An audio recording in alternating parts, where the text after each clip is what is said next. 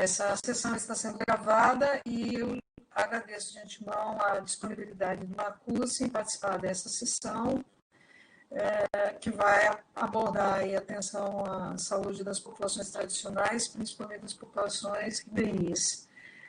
Marcus foi nosso aluno de graduação, de mestrado, doutorado, e já trabalhou conosco no programa Mais Médicos, foi apoiador do MEC aqui conosco, conhece bem o programa, e, portanto, fique muito à vontade, Marcus, a palavra é sua.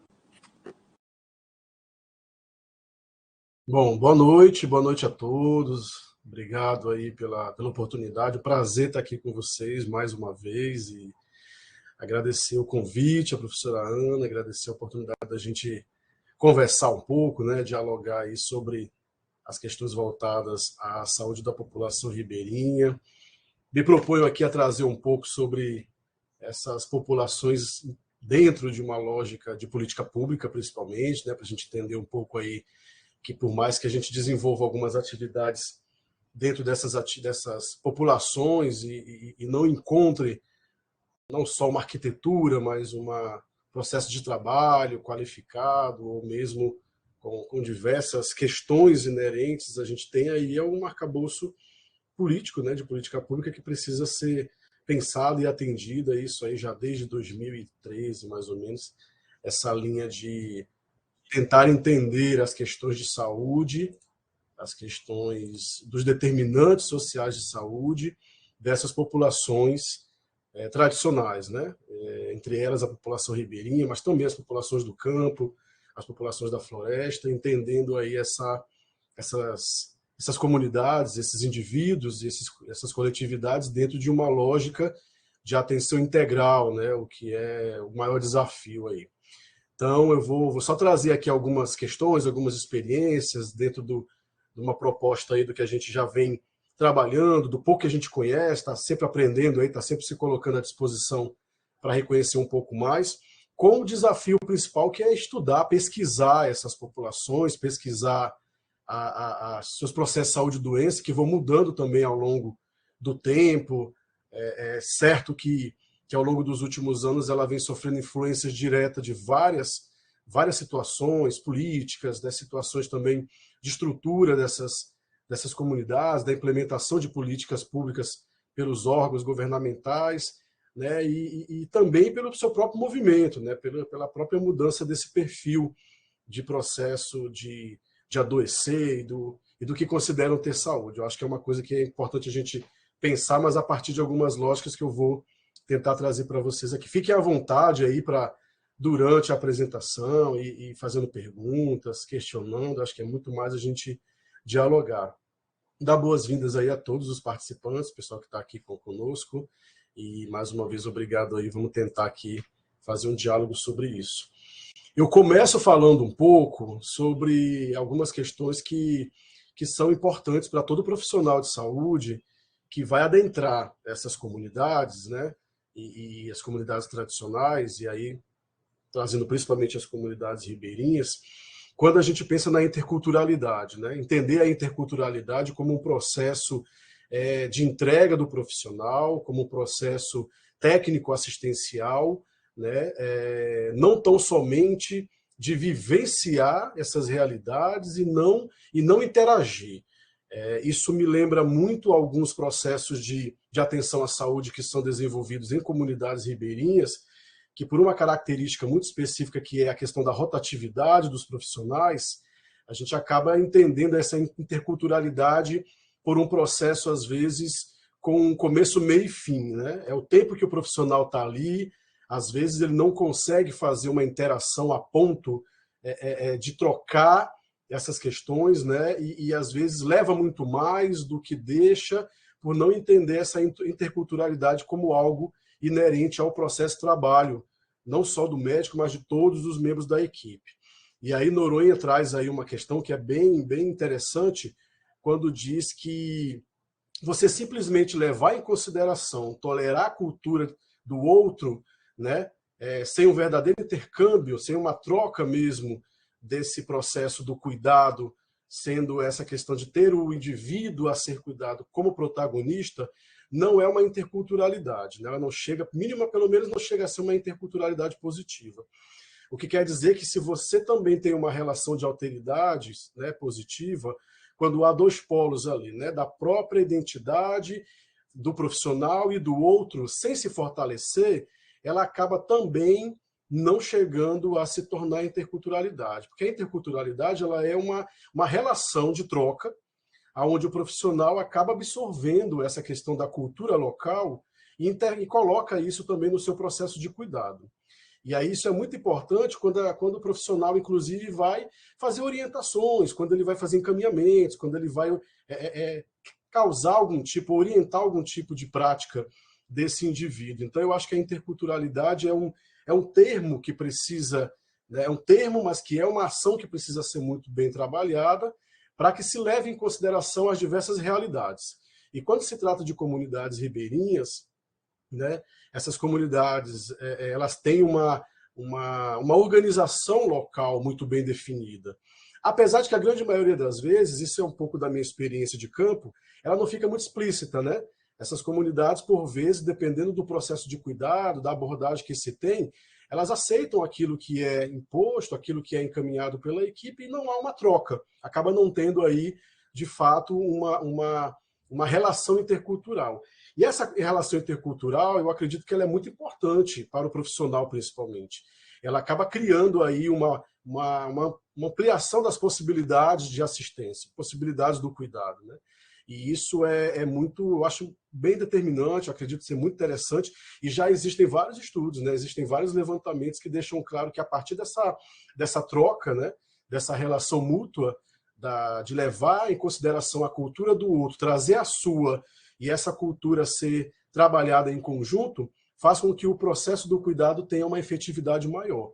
Eu acho que isso é bem interessante a gente considerar e começar a discutir com os profissionais, começar a trazer isso como ponto de partida para essa assistência. Olha, você vai adentrar uma comunidade, existe algo já determinado, existe uma cultura local, existe uma relação, é importante levar isso em conta, né? Sem deixar de ser quem você é e sem trazer a sua cultura ou a sua forma de abordar, mas ela precisa ser uma troca e isso é importante. Junto a isso, né, quando se pensa em comunidades ribeirinhas, quando se pensa em atuação, é necessário também considerar essa questão de risco e vulnerabilidade, que é uma discussão muito da epidemiologia, é uma discussão muito também da vigilância em saúde, onde deixa claro que o risco ele vem numa ideia muito mais pautada na identificação das pessoas e das características que as colocam sob maior ou menor risco, né, de exposição, com comprometimento de ordem física, psicológica e social, e a vulnerabilidade ela já vem numa linha de exposição a alguns agravos de saúde, né, que também resulta de aspectos individuais, mas que também leva à questão dos contextos, né, e das condições coletivas, que acabam tendo maior suscetibilidade aos agravos, às questões de morbimortalidade e também as possibilidades de acesso a recursos para enfrentamento. Quando se atua em comunidades ribeirinhas, em comunidades tradicionais, sejam elas quais for, a gente vai entender um pouco disso, é necessário ter isso muito bem trabalhado, né? Quais são as características, né, de risco e de vulnerabilidade que essa população tem? Acho que parte muito daquela linha do diagnóstico local, né, de saúde, parte muito de você primar pelo levantamento, porque na prática os profissionais médicos, principalmente do programa Mais Médico, acabam chegando nessas comunidades em meio a um processo já instituído. Território já desenhado, mapeamento realizado, cadastramento já realizado, às vezes tem um mapa da área já definido, mas eu acho importantíssimo a revisitação sobre isso. Porque os riscos e as vulnerabilidades eles também mudam, né? Desde lá dos primórdios, do programa de agentes comunitários de saúde, do início do programa Saúde da Família, sempre se levou em conta que o processo de territorialização ele é determinante para o planejamento das ações. E a gente acaba encontrando muitos profissionais que chegam nessas comunidades apenas dando continuidade àquilo que já foi inserido, àquilo que já foi posto. Eu acho que é uma orientação, considero ser uma orientação muito importante para esses profissionais, pedir um relevantamento da área, né? A reterritorialização né, uma redistribuição de prioridades, porque essa vulnerabilidade ela é muito característica dessas comunidades. Por questões culturais, por questões de acesso, por questões de ausência do poder público, por questões de dificuldade até mesmo de organização da própria comunidade. Isso é uma característica. E eu estou trazendo essa fala, primeiro por uma questão de embasamento teórico, a gente acaba tendo muito respaldo científico sobre isso, e também não é uma descoberta muito grande. Nós sabemos que essas comunidades elas acabam tendo uma maior dificuldade de acesso às questões de políticas públicas, mas esse nível de vulnerabilidade de risco ela é muito importante por uma questão mesmo de organização da própria comunidade. Então é aquilo que eu falei anteriormente, o processo saúde-doença ele é mutante. As características que tinham comunidades ribeirinhas, por exemplo, antes da pandemia, não são mais as mesmas. E a gente considera que reorganizar isso no território é importante, porque senão o processo de cuidado é fadado a não ter resultado nenhum. Então, acho que acaba sendo muito importante todo o trabalho que é realizado de levantamento epidemiológico, né, de identificação desses determinantes sociais, né, de uma revisitação do perfil epidemiológico, né, do perfil geográfico e também individual dessa população, para que o planejamento daquela agenda, daquelas ações façam sentido. O que a gente tem percebido nessas comunidades rurais, ribeirinhas, como eu falei, uma continuidade do que foi pensado há muito tempo. E, por vezes, não atende mais à realidade local, à realidade atual. E aquela rotina de entrada de pessoas no serviço de saúde é sempre condicionada ao mesmo grupo, é sempre ligada às mesmas pessoas, ou é sempre numa linha de ação daquele programa ou daquela política que já está desenhada por todo mundo, pelo Ministério, é o Outubro Rosa, é o Novembro Azul, é o Setembro Amarelo, é não sei o que lá, voltado para todo mundo. Eu acho que para dar um pouco mais de sentido, para o profissional médico também se sentir um pouco mais empolgado, orientar a revisitação do território e um novo diagnóstico local de saúde, eu acho que é importante, porque essa vulnerabilidade ela acaba também mudando e sendo necessário realizar. Eu acho que é algo que a gente precisaria também pensar. E isso está muito ligado às populações tradicionais, em especial a população ribeirinha, porque as características de vulnerabilidade delas são singulares, são diferenciadas, e só se descobre isso quando se pede um levantamento. E aí vem toda aquela questão de processo de trabalho, né? Solicitar que os agentes comunitários façam essa revisitação, essa atualização de território, para que, de fato, a gente consiga ter um diagnóstico mais próximo da realidade. É um desafio que eu acredito que todo profissional que adentra uma equipe precisaria realizar. E essa questão de vulnerabilidade também ela está muito atrelado à questão dos acessos, né? Como eu falei. Então, ela denota também uma multideterminação, né, da sua própria gênese, não estritamente condicionada à ausência ou precariedade no acesso, à renda, à questão socioeconômica, mas também a essa fragilidade de vínculo ao que é responsabilidade do poder público, né? Acesso a bens e serviços, acesso a políticas públicas, acesso a uma unidade básica de saúde, que também impacta diretamente na vulnerabilidade do profissional. Acho que é muito interessante também a gente refletir que não é só a comunidade que sofre, né? Não é só a população ribeirinha que sofre, sofrem também os profissionais que lá estão. Quando não se tem os equipamentos necessários, a estrutura, os processos de fluxo para atenção, né, a logística necessária, porque quando se fala de comunidades ribeirinhas, o primeiro ponto de gargalo é o acesso, tanto do profissional em estar lá, como da comunidade a outros tipos de serviços de continuidade. Então, da realidade nossa, a realidade mais próxima que eu estou aqui, né, de Porto Velho, por exemplo, as comunidades que têm 200, 220 quilômetros de distância pelo Rio Madeira, acaba travando nessa linha de acesso a exames complementares, né, a exames de imagem, aquela continuidade que a telemedicina, né, o telesaúde poderia vir para apoiar, mas infelizmente ainda não é uma realidade, porque a questão da internet também não contribui, e aí o profissional fica suscetível, ele fica ali de mãos atadas e isso acaba impactando em todo esse processo de estratégia de saúde da família que poderia ter inserido nessas realidades. Então, do primeiro slide até aqui eu estou dizendo de grandes desafios, falando de grandes desafios, que é atuar em comunidades ribeirinhas, se a gente não levar em consideração toda essa necessidade de reorganizar as práticas que já estão estabelecidas, pensar o processo de prevenção e de promoção à saúde em detrimento, se pensasse esse processo em detrimento ao cuidado mais especializado, a gente tende a não aguentar. É o que a gente vê muito. A rotatividade dos profissionais não está só ligado à questão do acesso geográfico. Também é das estruturas de acesso aos serviços e bens que essas unidades básicas deveriam ter e não tem, porque acaba privilegiando também uma assistência de demanda de urgência e emergência, de uma demanda ambulatorial, uma demanda com muito mais sintomas agudos do que crônicos que poderiam ser acompanhados, enfim. São muitas questões que a gente acaba impactando e é uma coisa que a gente percebe muito. E esse acesso também é importante a gente pensar com relação ao primeiro contato, né? O primeiro nível de contato desse indivíduo com o sistema. Isso impacta diretamente no trabalho do profissional médico, de toda a equipe, porque, como diz aqui, em outras palavras, esse primeiro contato ele pode ser definido como porta de entrada e ele vai impactar positivamente ou negativamente para essa assistência, né? E quando se trata de comunidades ribeirinhas, isso é um desafio ad eterno, né? Porque essa questão de acesso desses serviços, a ideia não parte apenas como entrada no primeiro momento, mas a continuidade dessa assistência.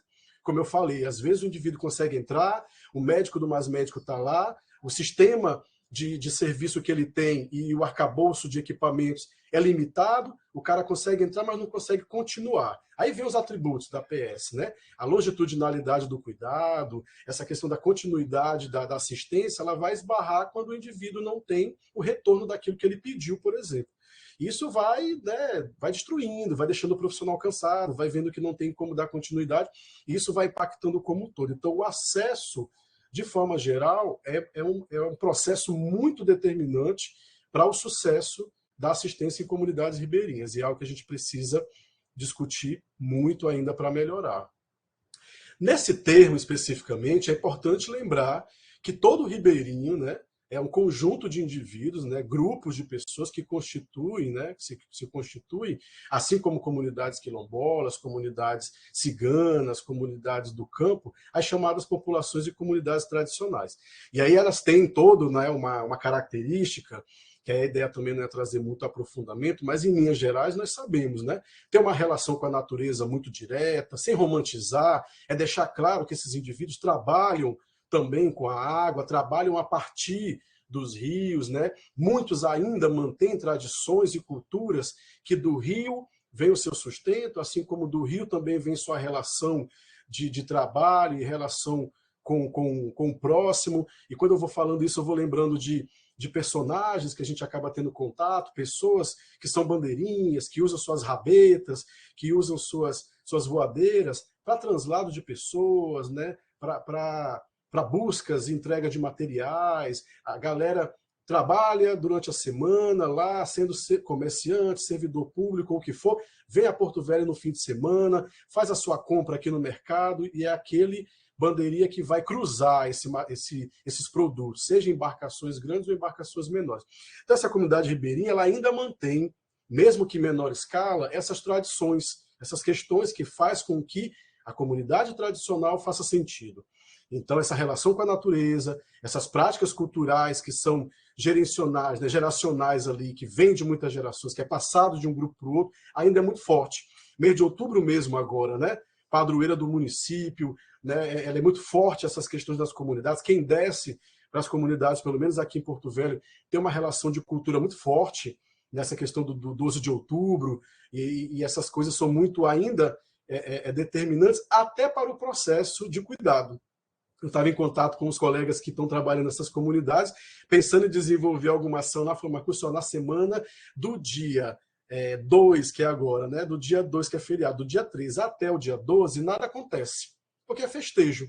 É festejo nas comunidades, tudo para, tudo é voltado para o festejo, as escolas têm o seu dia no festejo, a unidade tem um dia no festejo, a igreja é muito forte nesse sentido. Então, essa valorização dessas tradições ainda existe. E isso acaba também impactando nesse processo de saúde e doença, que é algo que a gente precisa também sempre captar. Nessas questões também voltadas a essa característica, são sujeitos com forte ligação territorial e também de existência com a hidrografia da Amazônia, não só, como eu falei, para translado, como para carregamento de materiais, né, para pesca, para essas questões todas. E quando vai se pensar nisso, no acesso, é algo que é muito forte, porque é pelo rio que esse indivíduo, a depender da condição de saúde, vai precisar transitar para chegar a uma certa assistência. Né, aqui, em todo o mapeamento territorial de comunidades ribeirinhas, tem sempre uma comunidade polo e as comunidades adjacentes. E essas comunidades precisam se deslocar, às vezes, para ter uma atenção à saúde naquela comunidade polo. Então, é pelo rio que isso tudo acontece. Então, são formas de relacionamentos, né, com essa questão da hidrografia, que acaba sendo também parte do processo de saúde e doença. E aí a gente fala também dessas questões dos vários tipos de rio, né? Fiz aqui uma parafraseação aí do Santos também, de um autor que traz muito essa questão do rio com letra minúscula, o rio com letra maiúscula, para mostrar o quê? Que a depender do nível de relacionamento com essas questões dos rios, há um maior ou menor impacto também nas relações. Porque é pelo rio que se cria fonte de contato, mas ele também pode ser uma barreira para o acesso à saúde. Se a embarcação da saúde quebrar nessa comunidade, o cara não chega, ou a equipe não sai, e aquela comunidade mais distante fica sem aquela agenda. Vocês terem uma ideia aqui, as comunidades menores é uma visita a cada 15 dias. Se acontecer alguma coisa nesses 15 dias, aquele mês não tem, e isso vai gerando questões, né, de processo de saúde e doença que são muito, muito fortes, né? Tanto para a comunidade como para a equipe de saúde. É uma questão de ponte ambiental também, dessas relações, e pode criar ou restringir também as possibilidades, né, de assistência ou de acesso. Então, o rio ele tem essa configuração aí muito, muito determinante, e agora com a seca, isso impacta diretamente no acesso. Quando é cheia também tem uma questão de processo diferenciado. Quando o rio está cheio, as arboviroses aparecem mais, inundam em algumas áreas. Quando está seco, tem umas questões aí do clima que impactam. Tudo isso acaba gerando demandas diferenciadas no serviço de saúde. Como se ninguém soubesse aqui, mas para conhecer as diferentes utilizações de estruturas de translado, né, de hidrografia, de acesso que cada desses indivíduos tem. E eu trouxe isso daqui para uma provocação, para também lembrar que esses indivíduos, quando a gente fala de acesso, a depender da capacidade que ele tem, aquisitiva, econômica mesmo, de ter uma embarcação, ele consegue acessar ou não o serviço. Esse barco expresso que está aí embaixo, por exemplo, é uma embarcação de um translado que existe pelo Rio Madeira e que leva e traz pacientes de uma comunidade para outra. Para vocês terem uma ideia, da qual a passagem é de 80 a 100 reais. Então, para o cara vir de Calama para Porto Velho para fazer um exame de imagem, é 200 reais que ele precisa custear. Então, dependendo da condição econômica, dependendo da característica, ele não vai conseguir fazer. Aí, se ele tiver uma rabeta, esse motor não vai aguentar ele também fazer esse translado. Então, assim, são coisas que às vezes a gente sabe que existe, mas não percebe o impacto que isso causa no processo de cuidado. E aí eu acho que é interessante também a gente sempre levar em considerações a necessidade de brigar, lutar por políticas públicas que garantam a logística para esses indivíduos também. Criar mecanismos locais que não precise tanto desse indivíduo se deslocar, porque o deslocamento ele é custoso, isso é uma realidade. Aqui também para ilustrar que esses translados servem para esse movimento de relações da comunidade, transportar. Isso é uma imagem pessoal que a gente representa muito, representa o esforço que é feito, né, nessas comunidades. E aí a gente chega nessa parte de saúde, que é a questão da própria Política Nacional de Saúde Integral dos Povos do Campo, da Floresta e das Águas. Então, essa política é um marco histórico no Sistema Único de Saúde. Todo profissional do Mais Médico certamente tem acesso a esse caderno, a essa política. Ela tem suas diretrizes, ela tem todos os encaminhamentos necessários para essa atenção, é voltado para essa população, foi aprovada na 14ª Conferência, então desde 2011 que ela vem aí fazendo, né, regindo aí o trabalho dos profissionais, levando em conta essas populações. Em 2005 foi instituído pelo Grupo Terra, né, uma portaria que abriu esse diálogo entre a gestão do SUS e os movimentos sociais. Então ela é fruto também de movimentos sociais que pensavam essas comunidades, pensavam essas populações. Em 2011 foi instituída a Portaria da Política e lá em 2014 incluiu-se o termo águas, porque ela era política de atenção integral às populações do campo e da floresta. Não incluiu as populações ribeirinhas. Então, só em 2014, né, 3 anos depois, é que foi se adequando às populações das águas. Então, vejam como até mesmo a política levou aí um lapso temporal para pensar as populações ribeirinhas, a população das águas, incluídas dentro de uma política, que é algo assim que a gente precisa levar em consideração. Ela veio a fim de promover a saúde... Oi. Só um minutinho aí para pedir para o pessoal aí desligar os microfones, porque o cachorrinho aí está atrapalhando a apresentação do Marcos. Eu acho que é o meu aqui, viu? Ah! Eu acho que é o meu. Vou tentar pedir ali para dar um apoio ali, para mobilizar o bichinho. Então, aí essa política, ela vem... Depois dá um apoio ali no cachorro, ver se e tá onde? É a Nina que tá lá fora? Eu já tentei. Já. Tá, é os movimentos da rua. E aí essa política ela vem a fim de promover uma saúde, né, mais integral por meio de ações que reconheçam as especificidades. Aí volta ao que a gente estava conversando sobre reconhecer as características dessa população, gênero, geração, etnias, as questões sexuais, tudo isso envolve. Por que isso? Porque são comunidades que a cultura influencia diretamente no processo de saúde e doença. Porque nessas comunidades, os movimentos culturais acabam também gerando questões de saúde sexual e reprodutiva, acesso a algumas questões de álcool e outras drogas. Isso vai caracterizando um perfil que é necessário ter uma visão um pouco mais singularizada para essas questões de características. Então, isso a gente acaba reconhecendo com o tempo, por isso que o profissional precisa fazer um levantamento local, reconhecer através dos personagens locais para saber o que de fato acontece, qual é o perfil dessa população. Garantir também o acesso a serviços de saúde, redução de riscos e alguns agravos à saúde decorrente ao estilo de vida, que é essas questões que são singulares. Em síntese, uma comunidade tradicional ribeirinha jamais vai ter um perfil de saúde, né, um perfil epidemiológico parecido com os da cidade. Isso a gente já tem noção, mas o levantamento, né, o trabalho voltado a lidar com isso diretamente é que vai fazer com que a gente perceba esse detalhamento.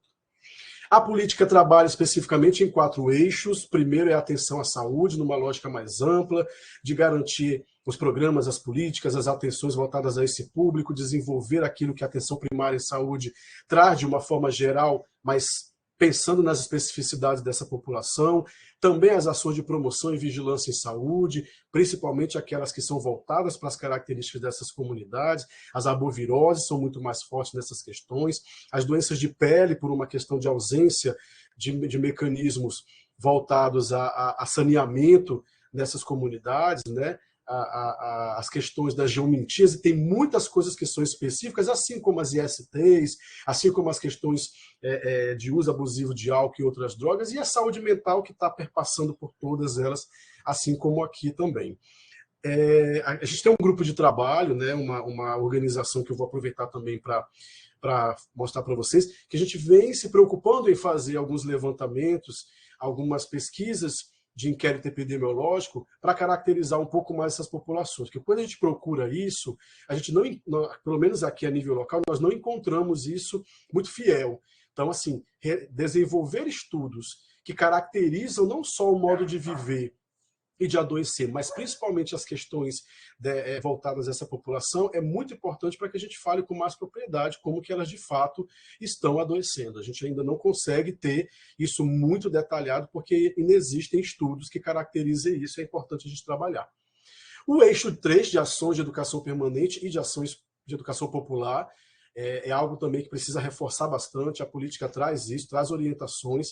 A gente percebe que, de uma forma geral, essas ações têm ficado também muito reduzidas ao longo do tempo. As equipes têm desenvolvido menos atividades educativas, menos formações voltadas para o atendimento a essa comunidade. Visitando essas comunidades, eu vejo encontros, generalizações que me preocupam bastante. Alguns profissionais que acreditam que aquela atenção ao indivíduo é a mesma de qualquer outro indivíduo, de qualquer outra área da cidade. Não é bem assim. volto a dizer que isso também está ligado a um desconhecimento do perfil epidemiológico local. E essa questão do eixo 4, que é monitoramento e avaliação de acesso, né, do acesso às ações do serviço de saúde, que a política também trabalha. Essas populações são consideradas aí, né, têm o seu modo de viver e de produzir e reprodução social também relacionados à terra, ao campo e às águas. Algumas populações são específicas, né, tradicionais, como a própria política traz, aquelas que vivem nas florestas, nas águas, áreas litorâneas, como pescadores artesanais, manguezais, mulheres quebradeiras de coco-babaçu, que não é muito a nossa característica, mas de florestas. Então, a política ela abrange todas elas e é necessário que aqui nós passamos um redirecionamento para aquelas que nós atendemos. Falando em Rondônia, temos grande extensão de comunidades ribeirinhas, comunidades quilombolas também, comunidades indígenas, que essa política acaba também abrangendo de uma forma geral e que as ações precisam ser direcionadas mais específica para elas. E algumas comunidades, inclusive, têm as 3 comunidades tradicionais. Algumas comunidades, por exemplo, lá em Costa Marques ou em São Francisco, elas são ribeirinhas, são quilombolas e também são indígenas, né? Isso é muito peculiar.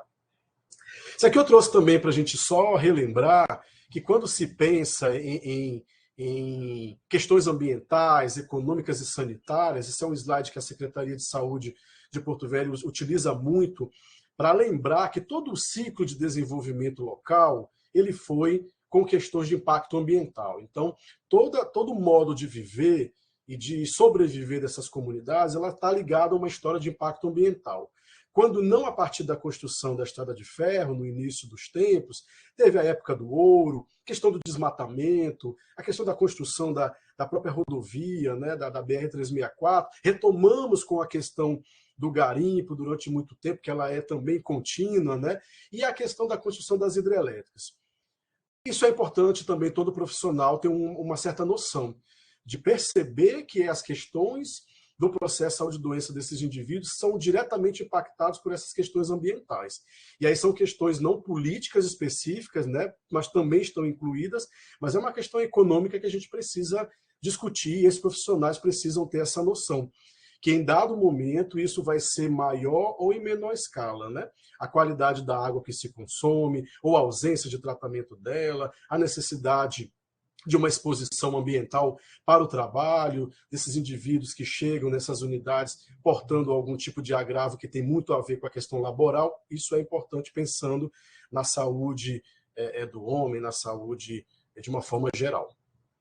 Aqui é só para ilustração também, eu trouxe, como eu falei, mais próximo da realidade que eu tenho contato, uma caracterização dessas comunidades rurais. Aqui são as comunidades rurais terrestres, temos uma população aí, em média, não há registros oficiais, pensando em Secretaria de Planejamento, pensando numa busca das produções que a universidade tem, nós vamos nos aproximando daquilo que possa ser próximo do real, mas ainda não se tem, nem com o censo demográfico, uma caracterização específica dessas populações rurais, populações tradicionais. Sabe-se que há 11 comunidades reconhecidas na área terrestre, localizada na ponta, né, do mapa da região de Porto Velho, com cerca de mais de 43 mil habitantes, né, 2,4 habitantes por quilômetro quadrado, né, 343 quilômetros em linha reta de Porto Velho até Nova Califórnia, que é o distrito já divisa com Rio Branco no Acre, também área de influência das questões das hidrelétricas. Quando pensa em comunidades ribeirinhas, reconhece-se, né, 12 comunidades, apesar de que isso não há registro oficial também. Registros de distritos em Porto Velho reconhece-se 4, que são Cujubim, São Carlos, Nazaré e Calama. Os demais distritos são considerados distritos pertencentes à influência de saúde dessas comunidades, e no movimento também é isso que gera a organização. A equipe está alocada numa comunidade, mas atende mais 3 comunidades no entorno, em cronograma a ser realizado, porque ela faz parte daquela área territorial. Uma média de 13 a 14 mil habitantes nessas áreas, muito rotativa também, hora tem mais, hora tem menos, a depender da época do ano. Quando tem garimpo, isso aumenta, quando tem possibilidade de extração de madeira, isso aumenta, quando não tem, acaba tendo uma evasão maior. Aqui umas estruturas dessas unidades, eu trouxe isso aqui também para mostrar que algumas estruturas elas são singulares, né? Tem umas estruturas físicas que visivelmente elas atendem uma demanda de saúde da família. Aqui a gente tem uma unidade de aliança, da Unidade de Saúde da Família lá de Nazaré, que é uma comunidade ribeirinha, a de São Carlos, todas elas já revitalizadas, já tiveram impacto direto da cheia do Rio Madeira em 2014, foram reformadas, o que não quer dizer que os processos de trabalho sejam voltados àquilo que é preconizado pela atenção primária de saúde e pela saúde da família. É necessário toda uma adequação de processo, porque, sendo o único serviço das comunidades ribeirinhas, ela acaba tendo uma necessidade de um atendimento ambulatorial e de urgência e emergência dentro da atenção primária. E isso leva a muitas questões, muitas discussões que não se esgotam. Hoje mesmo nós tivemos uma reunião na secretaria para tentar repensar como que vai ser a reorganização da urgência e emergência enquanto fluxo para essas comunidades ribeirinhas, já que é um desafio muito grande ainda essa assistência. Aqui a gente consegue ver como é que se dá, como foi o impacto das cheias, né? Esse é um slide também da Secretaria de Saúde, para ter uma ideia de como que foi esse impacto, né? Foram imagens assim amplamente divulgadas, e como que essas estruturas de UBS ficaram também, né? Então, como elas eram, como ficaram durante a cheia e como ficaram depois. E eu trago isso daqui para sempre reforçar essas questões ambientais. Não estamos livres disso, né? Rotineiramente, essas comunidades sofrem impacto das cheias do rio, são alagadas, tanto que as unidades são construídas já no formato de palafita, né? Estão aí acima do solo, para sempre ter esse acesso também, mesmo que a água corra ali por baixo, mas em dado momento isso ultrapassa essas questões. Isso aqui é um mapa temático local dos serviços de saúde que existem aqui ao longo do Rio Madeira. Como eu falei, pela aproximação maior, é uma área que eu reconheço mais, que vai desde São Sebastião, aqui na frente, da área urbana, até Calama, são 200 quilômetros de extensão. Aqui é da área rural terrestre, pensando na população do campo. Hoje, nessas estruturas e nesses movimentos, são 18 equipes de saúde da família que são inseridas. As tradicionais ambulâncias, que deveriam servir, é um misto, né? De serviço de urgência e emergência, para resgate, para deslocamento de pacientes, para encaminhamento desses indivíduos. Quando tem, hoje São Carlos, Nazaré e Calama têm o seu suporte local. Essas são ambulâncias, por exemplo, que foram entregues nesses últimos meses, estão em atuação. Mas, porém, né, eu tive a oportunidade de transitar nelas, elas não têm as estruturas adaptadas para um serviço, por exemplo, de urgência e emergência. Elas não têm instalação de oxigênio, não têm uma maca adequada, não têm ali tubulação necessária para outros tipos de mecanismo de suporte básico, caso for necessário. Ela é apenas para transporte, ela acaba sendo apenas para remoção de pacientes, e aí leva também a muitas discussões do que o profissional médico pode fazer num local desse quando é para encaminhar ou levar um paciente desse. Dentre os perfis epidemiológicos dessas comunidades estão aqueles que nós já citamos, as doenças e agravos não transmissíveis estão muito, muito forte, as hipertensões arteriais sistêmicas, diabetes, as ISTs, arboviroses, essa característica de demandas espontâneas, já que desenvolver um processo de saúde da família conforme é preconizado, acaba sendo muito complicado, porque isso se perde muito com a rotatividade dos profissionais, não só médico, mas também de outras categorias. Os horários alternativos que são desenvolvidos, o profissional está lá, às vezes, de segunda a quinta, não tem como ter uma continuidade a depender do horário. Os atendimentos noturnos que o profissional é obrigado a desenvolver, uma discussão longa que a gente sempre tem, que não se esgota também. Eu estou aqui, sou médico do Mais Médico, estou para desenvolver processo de cuidado primário, mas me chamam à noite, eu preciso atender. Isso é uma realidade que acontece. E aí precisa se discutir como que isso vai se desenvolver com essa terminologia que pelo menos aqui é utilizado. São unidades básicas de saúde diferenciadas. Elas estão em comunidades que têm um movimento de saúde diferente e esse profissional acaba tendo que lidar com ela. Aqui algumas imagens de comunidades ribeirinhas do Vale do Guaporé, né? Aqui nós temos o Forte Príncipe da Beira, acho que aqui tem Porto Murtinho, né? E algumas comunidades Pedras Negras, por exemplo, acho que vocês conhecem algumas delas. Aqui algumas imagens, né, do que a gente encontra de vulnerabilidades, que vai encontrar com aquelas teorias que a gente trouxe lá no início, algumas delas são instaladas e apresentam aí algumas vivências que eu tive, não só na cheia, mas também em outros momentos, de precisar prestar assistência adaptado, né, que às vezes as estruturas não dão suporte, algumas necessidades de educação permanente que são feitas ao ar livre, às vezes tem estrutura, às vezes não tem, o profissional precisa estar habilitado e perceber-se para que isso possa ser desenvolvido a partir da realidade, essas rodas de conversa com movimentos sociais, ter contato com essas lideranças locais é importante para reconhecer também os movimentos das comunidades, e as diversas adaptações que são feitas, aqui são imagens mais para ilustrar um pouco das nossas atividades.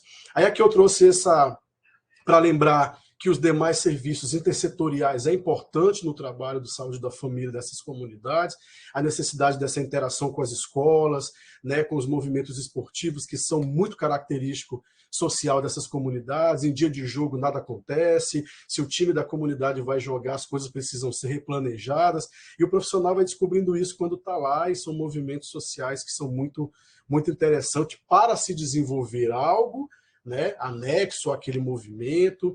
A gente chama ali de educação de base comunitária, né, ações de base comunitária, é você estar onde a comunidade está, se quer desenvolver uma campanha de vacinação, aproveita o festejo, aproveita-se o campeonato, porque isso é muito forte para o alcance de metas e indicadores. Se o profissional não tem esse feeling, acaba que não acontece.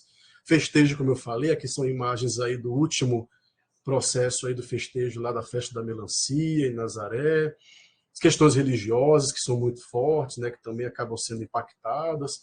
E aí aqui rapidamente, só para fechar aqui, mostrar um pouco do nosso trabalho, aqui são colegas médicos que transitam conosco, desenvolvem aí alguns trabalhos de apoio, com o mesmo desafio, subindo, descendo barranco, essa característica geográfica dessas localidades, alguns profissionais que estiveram conosco em algumas ações que acabam sendo complementares, né? As ações das organizações sociais, elas devem ser vistas como parceiras para poder complementar aquilo que a equipe realiza. Por vezes somos só nós que estamos em algumas comunidades pela ausência dessas equipes, né? E aí a gente acaba lidando com todo esse processo. As imagens vão mostrando um pouco dessas estruturas, por onde a gente anda, o que a gente faz. E aí é uma forma também de apontar que há uma necessidade de parcerias, né, aproximar-se dessas estratégias do próprio Programa Mais Médico, para a gente fazer articulações, desenvolver projetos juntos. Hoje a organização tem mais de 40 membros, entre profissionais da saúde e outros voluntários, onde a gente desenvolve essas atenções, muito ainda numa linha de extensão, né, muito numa linha também de levar alunos para desenvolver esses processos voltados, respeitando muito esse perfil epidemiológico, né? Por mais que a gente tenha uma bandeira de prevenção das ISTs, saúde sexual e reprodutiva e de algumas violências, a gente acaba atendendo muitas características locais aí que é importante. Bom, para fechar aí um pouco esse diálogo, a gente discutir um pouco, há muitos desafios, é importante a gente estar sempre focado neles, né?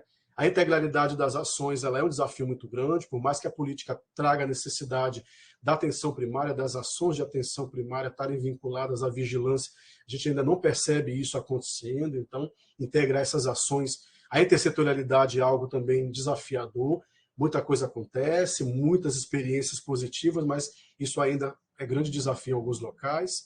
Por ausência de sistema de informação, o registro das informações ainda é muito desafiador. Algumas unidades rurais, ribeirinhas, possuem internet, paga por profissionais, não é uma coisa pública. Para a telesaúde ocorrer, isso acaba ainda não sendo uma realidade, né, para dar suporte ao profissional, isso é um desafio muito grande. A rotatividade dos profissionais, né, tendo sempre equipes incompletas, é algo que impacta direto na produção do cuidado, são coisas que têm a ver com acesso, têm a ver com a ausência de política de fixação de profissionais, né, das demais categorias nesses locais, e algo também que precisa discutir muito. Essa caracterização das demandas agudas, né, principalmente hipertensos de diabéticos, por conta de uma falta de continuidade, por conta de processos de cuidados que acabam ficando muito muito distante, né? Principalmente do agente comunitário, essa interlocução dele com a equipe ainda é muito fragilizada também, voltado muito a quem procura a unidade, aquela demanda espontânea, se o cara vai lá, é atendido, se não, essas produções, com a pandemia para cá, piorou um pouco, as pessoas não retomaram ainda a dinâmica de ações educativas, de promoção à saúde, rodas de conversa, isso ficou bem fragilizado. Os fatores ambientais, que impactam muito ainda, né, as características dessas comunidades acabam impactando bastante. Essa questão de integralidade e a continuidade do cuidado também são questões que precisam ser pensadas. Pontos positivos é o próprio programa Mais Médicos, né? Eu acho que independente dessas questões políticas, muda nome, vai nome, volta nome, a fixação desse profissional, né? a provisão desse profissional cada vez mais qualificado, né? Em termos de qualificação, é realmente algo muito necessário. São eles que dominam, né? Se não for profissional do Mais Médico, os municípios não conseguem fixar outro profissional médico nessas comunidades. Há uma necessidade também de atualização. Eu fiz uma busca no sistema de formação, esse credenciamento das equipes de saúde da família ribeirinha ou das equipes de saúde da família fluvial ainda é muito aquém para a nossa região. Nem toda equipe de saúde da família que atua na área ribeirinha é cadastrada como equipe de saúde da família ribeirinha, o que faz com que também perca muito potencial financeiro e, às vezes, possibilidade de empregar isso na realidade. Tá? Aqui é uma foto também do barco hospital, que não é uma UBS fluvial, mas é o barco saúde aí da prefeitura, considerando, inclusive, que alguns locais têm a sua estrutura itinerante, mas não atua como serviço de atenção primária, como é o nosso aqui. O UnaSUS, que é um potencial também, volta e meia traz cursos de atualização para os profissionais nessa área, é uma coisa que precisa estar sempre encaminhando. Hoje tem aberto, por exemplo, Medicina Rural, que é um curso de 45 horas para atualização de profissionais de saúde para essa área, que atuam nessas comunidades, e aí fala de ribeirinhos, quilombolas, indígenas, eu acho bem interessante. Até uns meses atrás tinha um curso específico para a saúde integral da população das águas, né, população ribeirinha, ele não está mais disponível lá, mas deve voltar logo logo, que é bem interessante. Bom, aqui algumas imagens e é isso, mais para a gente provocar, pensar diferente um pouco essas questões aí, né? Tentar mesclar um pouco do que a gente vive, do que nós temos contato, com aquilo que vocês também trazem aí de potencial. E aí estou aberto aí para a gente discutir um pouquinho. Obrigado aí pela atenção. Marcos, muitíssimo obrigada pela sua exposição, acho que foi muito rica e traz algumas questões importantes para a gente refletir, pensar e discutir nessa perspectiva da integralidade, da atenção e também na equidade, como é que essa coisa pode se dar de uma forma equânime. Afinal de contas, essas populações demandam outros tipos de atendimento do que aqueles das populações mais convencionais do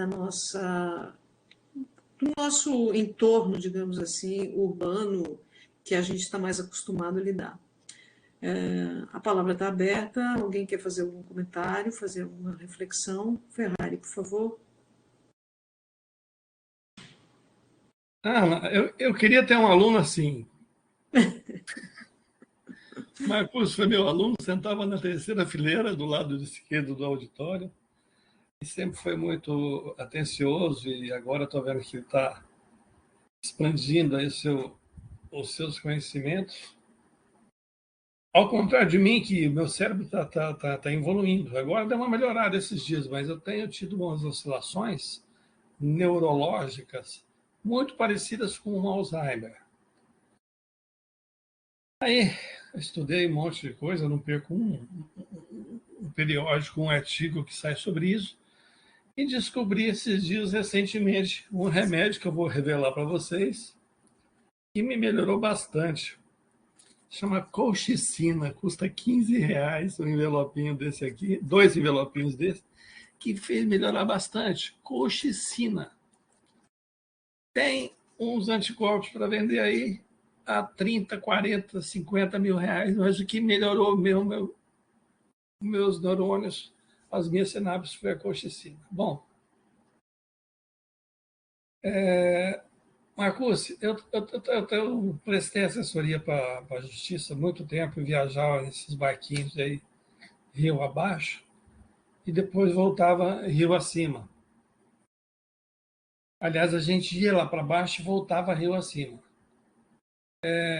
Percebi que o menino chega na idade da adolescência, ele quer vir para a capital. Se é um menino que vem, ele vai morar lá na periferia e vira um marginal. Se é uma menina, ela se prostitui num instantinho lá com a prostituição. É uma pena, uma lástima. Uma coisa que eu queria te perguntar, Marcos. Essa população ribeirinha que fixada lá, está aumentando ou está diminuindo nesses últimos anos? Oi, professor Ferrari, tudo bom? Prazer falar com o senhor. Olha só, a gente tem percebido um esvaziamento dessas comunidades, sim. Essa turma acaba migrando, sim, para a cidade, eles acabam vindo para essa região mais urbana, e não é pensando única e exclusivamente em continuidade de estudos, como era antigamente, não. Eles acabam vindo em busca de oportunidades de emprego, principalmente, e também por uma questão desse movimento social que ocorre nessas comunidades. Não há atrativo para a permanência desses adolescentes, desses jovens nessas comunidades, né? Não há implementação de políticas, de ações que garantam aí uma formação, que garantam empregabilidade, que garantam cursos para o aperfeiçoamento desses jovens. Eu não coloquei aqui essas questões de linhas de cuidado, mas se a gente for falar de alguns grupos específicos, os escolares, jovens adolescentes escolares, têm tido processo de saúde e doença muito agravante, né? muito preocupante com relação ao uso abusivo de álcool e outras drogas nessas comunidades. Isso tem chego com uma velocidade muito grande, né? Hoje não há limite para essas questões, e são coisas que a gente convive, vê, comprova pelas relações com a comunidade ali.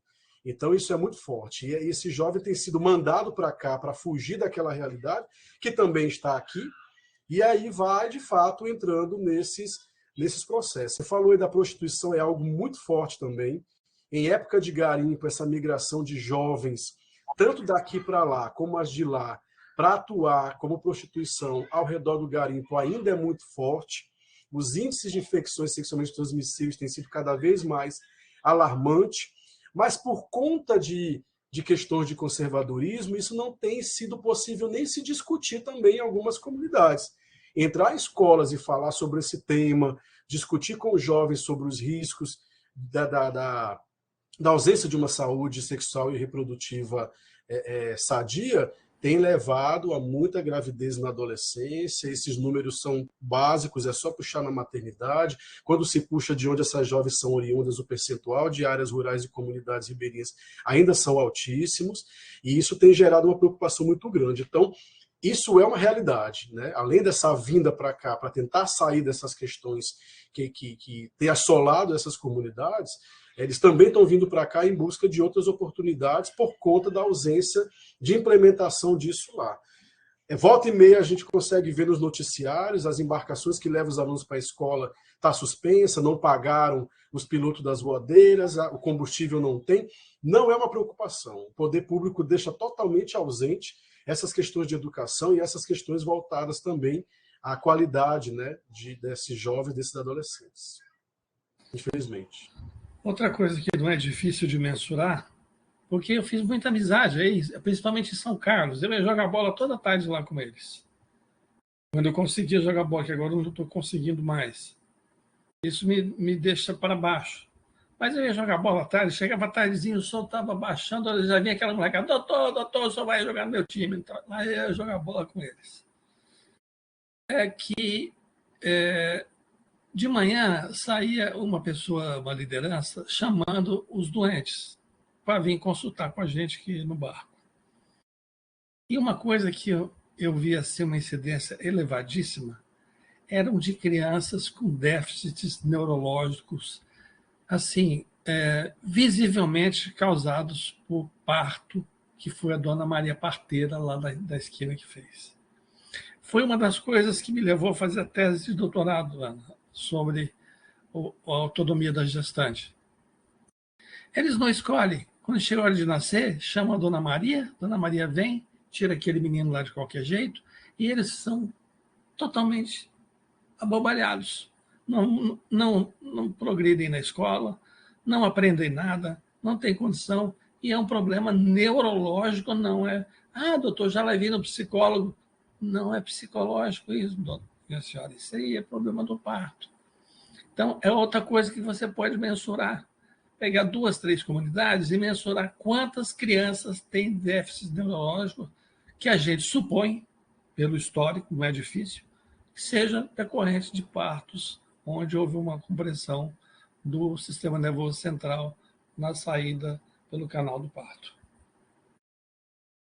Interessante a sua fala, professor. Eu vou até fazer um comentário também breve, professora Ana, que tem uma questão que nessas comunidades, ao longo dos últimos 10 anos, 8, 10 anos, mudou bastante. Essas parteiras continuam desenvolvendo assistência ao parto nessas comunidades, de forma ainda velada, né, mais velada ainda, porque com essas questões da enfermagem, das leis de autorização das parteiras, da necessidade de um credenciamento junto ao conselho, né, para reconhecimento da atividade, elas têm ficado ali mais escondidas. Então, são pouquíssimas que assumem a atividade que executam, mas a comunidade toda sabe.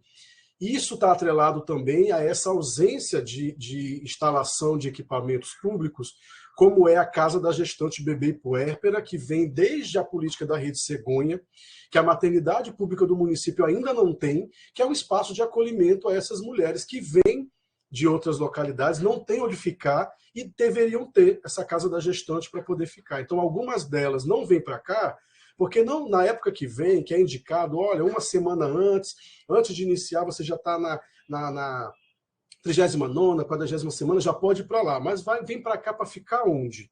Algumas têm parentes, outras não. Então, não, eu vou ficar aqui. Na hora que for para ir, eu vou. Nessa hora de ir, não dá tempo. Aí é a Dona Maria que é chamada mesmo, porque ela não tem onde ficar. Então, são questões que impactam diretamente nessa questão da realização do parto ou não na localidade. Mais algum comentário? Não? Estamos todos satisfeitos? Bem, então, a mim resta agradecer muitíssimo, Marcúcia, a tua disponibilidade. Acho que a sua aula foi brilhante e espero que ela seja bem utilizada pelos nossos supervisores aí nos contatos com os seus médicos, na disseminação dessas informações e principalmente dessa percepção acerca do que significa o adoecer nessas populações. Tem alguém falando aqui? O Carley Marcus está agradecendo, dando os parabéns também. Então, a nós resta agradecer. Luiz Marcelo também está agradecendo. Obrigada pela sua presença, obrigada a todos pela presença e nos vemos proximamente. Informo aos senhores que vamos fazer ajustes aí no plano de trabalho, provavelmente amanhã ou depois de amanhã a gente faz a reabertura do plano de trabalho para redistribuir os médicos para novos supervisores que foram reativados, dos antigos que tinham sido desligados foram reativados, e a gente vai fazer então uma redistribuição do plano de trabalho e assim que possível eu distribuo para todos. Ok? Pessoal, boa noite, muito obrigada pela presença de todos, nos vemos. Andiamo. Tchau, Marcos, parabéns.